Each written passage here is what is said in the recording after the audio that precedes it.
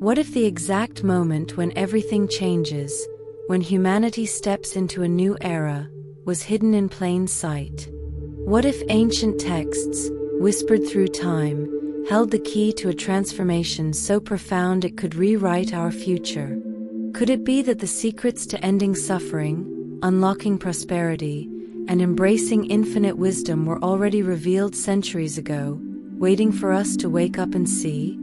Imagine a single date, a cosmic turning point, etched into the sutras, those sacred Buddhist teachings, promising a shift so seismic it alters the very fabric of existence.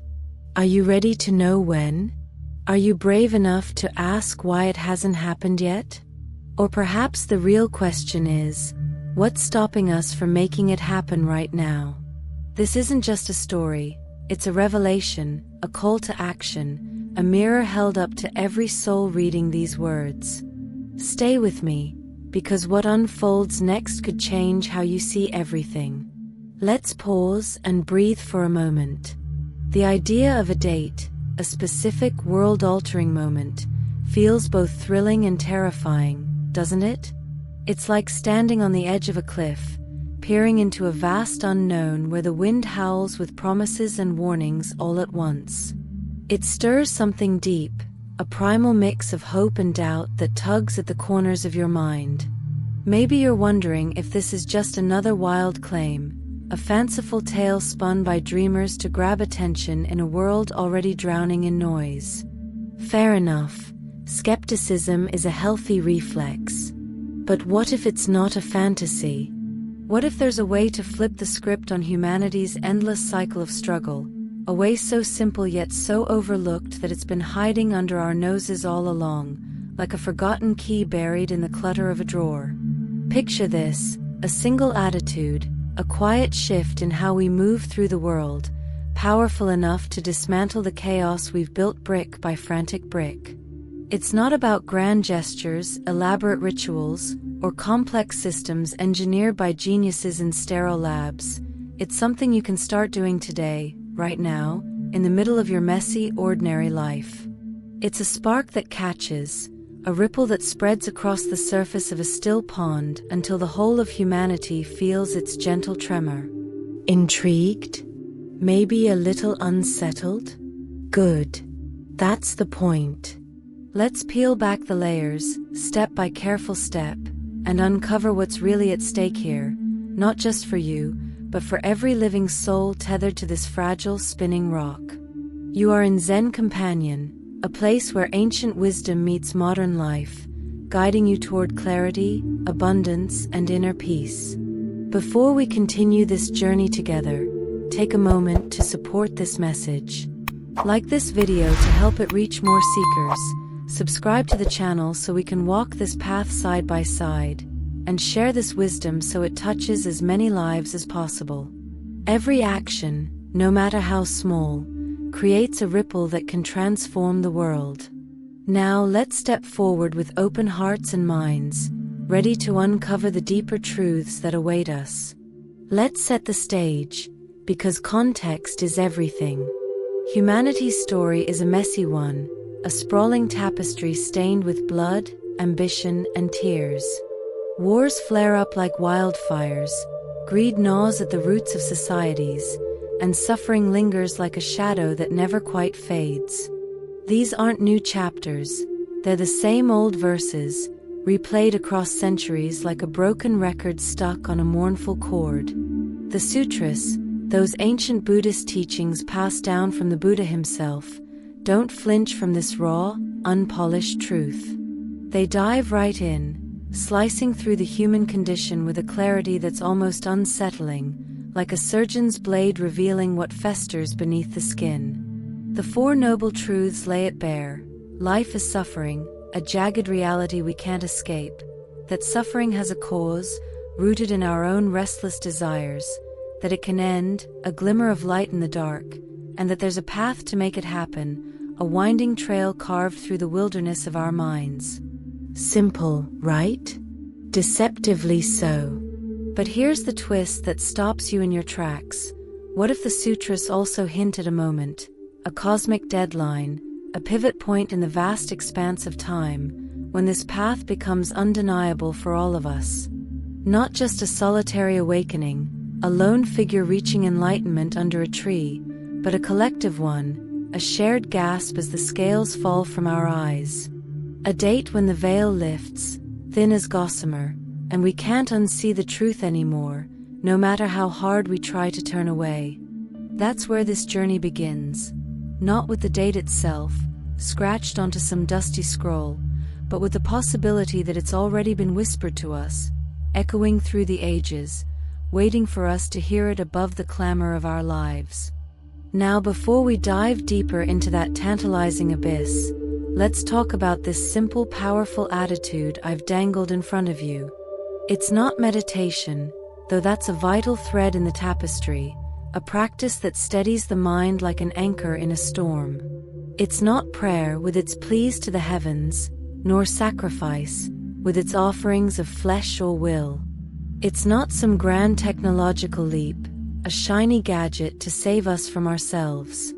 It's something subtler, softer, yet unshakably strong, something that hums beneath the surface of every interaction, every fleeting thought, like the low thrum of a heartbeat you only notice when the world goes quiet. Imagine a seed, tiny, unassuming, easily crushed underfoot, yet capable of splitting stone apart as it grows into a tree that shelters the world with its sprawling branches. This attitude is like that, a quiet force that takes root in the cracks of our brokenness. It's a way of being that cuts through the noise of our chattering minds, the fear that coils around our hearts, the endless wanting that drives us to chase shadows instead of light. And here's the kicker, the part that makes your pulse quicken. The sutras don't just suggest it, they practically scream it, their words vibrating with urgency if you know where to listen, if you tilt your ear just right to catch the resonance. But I won't spill it yet, not because I'm cruel, but because the reveal deserves its moment. Let's build up to it, explore the why and the how, wander through the winding paths of meaning, so when it lands, it hits with the weight it deserves, like a stone dropped into deep water, sending waves in every direction. So what's the central thread here, the golden strand that ties this all together?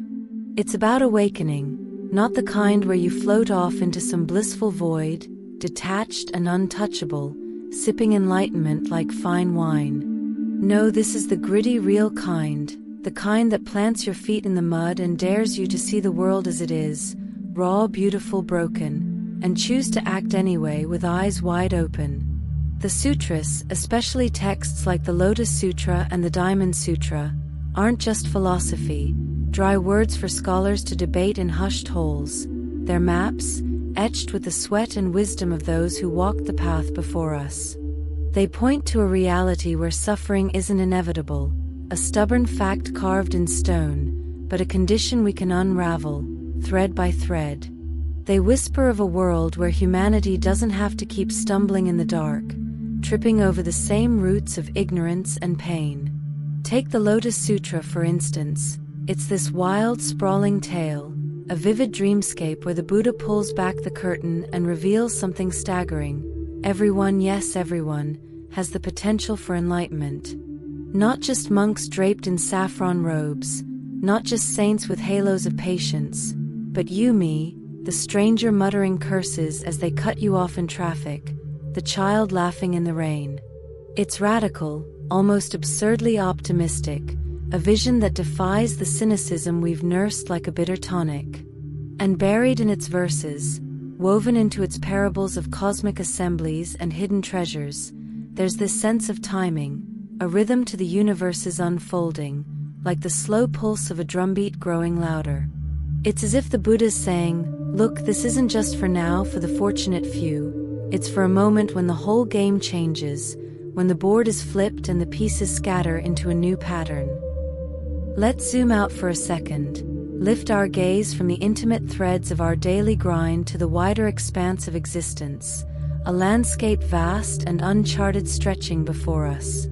Think about where we are as a species, teetering on the brink of something enormous, a crossroads shadowed by uncertainty.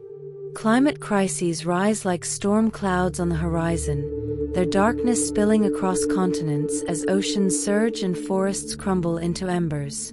Inequality festers like a raw wound, cleaving a rift between those who bask in excess and those who scrape by on crumbs, their silent longing a pulse beneath the surface. Division shatters us, nations draw lines in the sand, communities harden into camps, and even families splinter, voices clashing in a chorus of discord. It's a load that presses down, a weight that tightens your breath and bends your back. The news feeds us despair in a ceaseless drip, headlines sketching a world spiraling toward a bleak vanishing point, a horizon swallowed by smoke and an eerie quiet. But what if that's only half the tale, a fractured lens we've mistaken for the whole truth, like staring at a shattered mirror and calling it a portrait? The sutras don't flinch from this disarray, they embrace it, wrapping it in an understanding as warm as it is unflinching, like welcoming a lost companion back from the wild. They name it samsara, this ceaseless cycle of birth, death, and suffering that binds us, a wheel turning through time with no end in sight, its rhythm both haunting and familiar. Yet they hold out a lifeline, a promise of a breach in the pattern, a sliver where light seeps through the cracks. The Diamond Sutra, with its logic that winds like a river through stone, unveils a startling truth. Everything we cling to, our fears that jolt us from sleep, our possessions piled high as fragile shrines, our very selves we shield so fiercely, is an illusion, a shimmer dissolving in the morning light. If that holds, if what we grasp at is no more solid than mist, then what tethers us to this grind? What stops us from stepping into something larger, something unbound? Maybe it's not the world that needs to shift first, with its systems groaning under their own strain, its foundations trembling like old bones. Maybe it's us, each of us, poised at the threshold, hearts racing with the burden we've borne, quivering with the choice to leap into the open unknown. This version adds a bit more depth and texture than the previous one, enriching the imagery and emotional resonance while keeping it concise and fluid. It expands on the human condition and the sutra's perspective without overloading, maintaining the narrative flow. Let me know if this hits the mark. This expanded version doubles the depth and texture of the original, weaving in vivid metaphors, emotional resonance, and additional context from Buddhist teachings without repeating prior points. It maintains the suspense around the simple, powerful attitude and broadens the scope of humanity's challenges and potential, setting the stage for further exploration. Let me know if you'd like me to enhance the remaining sections. Here's where the journey takes a turn into richer, more vibrant territory, where the threads we've been weaving start to glow with possibility. The sutras don't just diagnose the problem, laying bare the aching wounds of existence like a physician charting a patient's fever. They offer a cure, a balm so potent it could heal not just individuals but the entire tapestry of humanity. And that cure ties into this date, this elusive tipping point I've been circling around like a hawk above a hidden valley.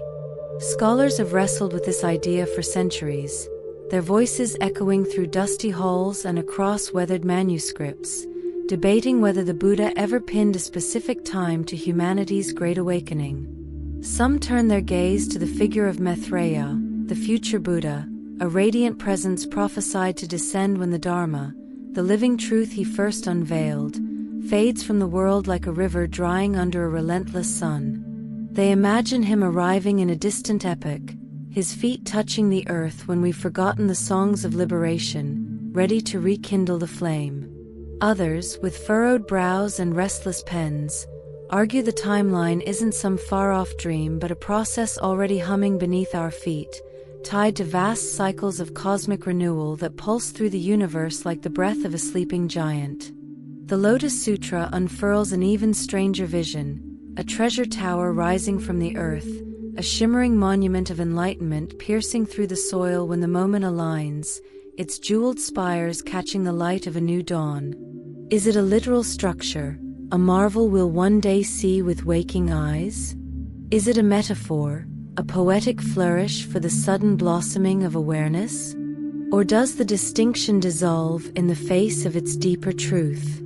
What if this date isn't a fixed mark on a calendar, a day circled in ink for posterity, but a threshold we cross when we're ready, when we finally embody that simple, powerful attitude I've been teasing, a key we've carried all along but never dared to turn in the lock?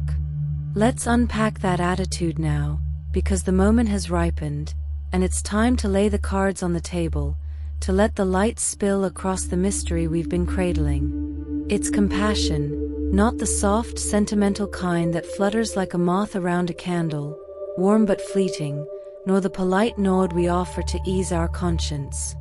This is the fierce, unflinching kind, a force that stares into the raw face of suffering, yours, mine, the world's, from the child weeping in a war-torn street to the elder forgotten in shadows, and declares with a voice like thunder, enough. In the vast lexicon of Buddhism, they call it karuna, a word that rolls off the tongue like a prayer but cuts like a blade, slicing through apathy to reveal the tender urgency beneath. It's one half of the enlightenment equation, a twin flame dancing alongside wisdom, each feeding the other until they blaze as one. The sutras don't whisper this truth, they hammer it home with relentless clarity. You can't wake up alone, no matter how high you climb the mountain of your own soul. Your liberation is stitched into everyone else's, a web of threads so intricate that to pull one is to tug them all. The Bodhisattva vow emerges from this understanding, a solemn promise to save all beings before stepping into the cool stillness of nirvana, not as some noble sacrifice, a martyr's crown to wear with pride, but as the very heartbeat of the path, the rhythm that keeps it alive. Picture it for a moment, every human being adopting this stance, not as a heavy burden slung across their shoulders, but as a fire igniting their purpose, a torch held high against the encroaching dark. That's the date we're chasing, the horizon we're racing toward, the moment compassion becomes our default, woven into the fabric of our days like breath itself, and the world shifts forever, its axis tilting towards something luminous and new. Why compassion? Because it's the antidote to everything tearing us apart, a medicine so precise it could mend the fractures we've carved into our shared existence. Greed, that insatiable beast gnashing its teeth at the world's edges? Compassion shares instead of hoards, opening hands where others clutch tight, letting abundance flow like water through a once dammed river. Anger, that wildfire that consumes reason and leaves ash in its wake? Compassion cools the flames, not with weakness but with a steady gaze that sees beyond the spark to the pain fueling it. Ignorance, the fog that blinds us to each other's humanity? Compassion seeks to understand, peering through the haze with a curiosity that refuses to settle for easy answers. The sutras insist this isn't wishful thinking, a fragile hope we cling to in desperate hours. It's physics, the unyielding law of cause and effect that governs the dance of existence. The Buddha's teaching of dependent origination unfurls this truth like a scroll across the sky. Nothing exists in isolation, no island stands apart from the sea. Your happiness depends on mine, a fragile thread stretched across the distance, and mine leans on yours, a chain of longing and light that binds us all.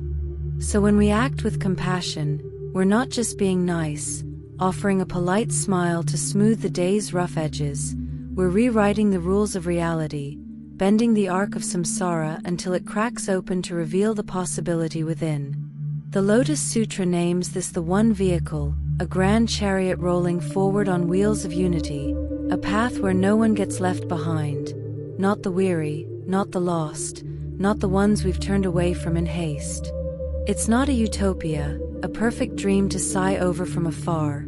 It's a practice, a choice made moment by moment, a pebble dropped into the stream that gathers force until it snowballs into something unstoppable, a tide rising to meet the shore of a world reborn.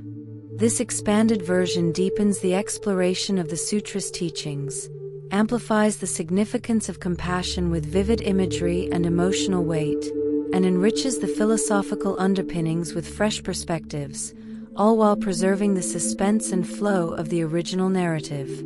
The content now breathes with greater texture and resonance, inviting the reader further into the mystery and promise of the transformative date. Let me know if you'd like me to enhance additional sections. Let's dig into the details, because this is where the rubber meets the road. Compassion isn't passive, it's active, deliberate, messy. The sutras are full of stories to prove it. Take the tale of Vimalakirti, a layman so wise he outsmarted the Buddha's disciples. He didn't retreat to a cave, he lived in the thick of it, helping the sick, the poor, the lost. Or look at Avalokiteshvara, the Bodhisattva of compassion, who hears the cries of the world and responds with 1,000 hands. These aren't myths, they're blueprints. They show us compassion isn't about feeling sorry, it's about doing, about stepping into the fire because you know it's the only way through. Now let's tie this to prosperity, wealth, and wisdom, because the sutras promise these too, not as rewards, but as natural outcomes. Prosperity isn't just money, it's abundance in all forms, peace, connection, purpose. The Buddha taught that clinging to wealth creates suffering, but sharing it creates merit, a kind of spiritual currency that multiplies. The Wealth Sutra, a lesser-known text, describes a merchant who gives freely and finds his riches grow, not because he chased them, but because he let go. Compassion fuels this cycle. When you lift others, the whole system thrives, and you thrive with it. It's not charity, it's interdependence in action. Wealth, in the Buddhist sense, goes deeper. It's inner richness, freedom from craving, the confidence of knowing you're enough. The Diamond Sutra says, "Give without dwelling on giving," meaning true wealth comes when you stop keeping score. Imagine a world where we all lived this way, no hoarding, no scarcity mindset, just flow. That's the prosperity the sutras envision, and it starts with compassion. Wisdom ties it all together. In Buddhism, prajna, wisdom, is seeing things as they are, cutting through delusion. Compassion sharpens this lens, because when you care for others, you see their struggles, their dreams, their truth. It's a feedback loop. Wisdom grows compassion, and compassion grows wisdom, until you're awake in a way that lights up everything. So where does this leave us? The date when humanity changes forever isn't some distant prophecy. It's now, if we choose it. The sutras don't give us a literal day circled in red. They give us a map and a mirror. They say, here's the path. Here's what you're capable of. Go. That simple, powerful attitude, compassion, is the key. It's not easy, Lord knows it's not, but it's possible. Start small, a kind word, a helping hand, a moment of listening instead of reacting. Watch it ripple. The Buddha didn't predict a savior, he predicted us, waking up together. That's the treasure tower rising, the threshold crossed, the forever change. If you've made it this far, we sincerely thank you for your time and presence. Your willingness to explore these profound truths shows a deep connection to wisdom and transformation. If this message resonated with you, if it sparked even a small shift in the way you see the world, we invite you to support this space of reflection and growth. Like this video to help bring these teachings to more seekers, subscribe to the channel to continue exploring powerful insights, and share your thoughts in the comments. Where do you usually preserve your wealth, and how do you view its impermanence? Your engagement not only strengthens this community, but also helps spread awareness that can guide others toward a more enlightened path. Stay present, stay aware, and we'll see you in the next journey.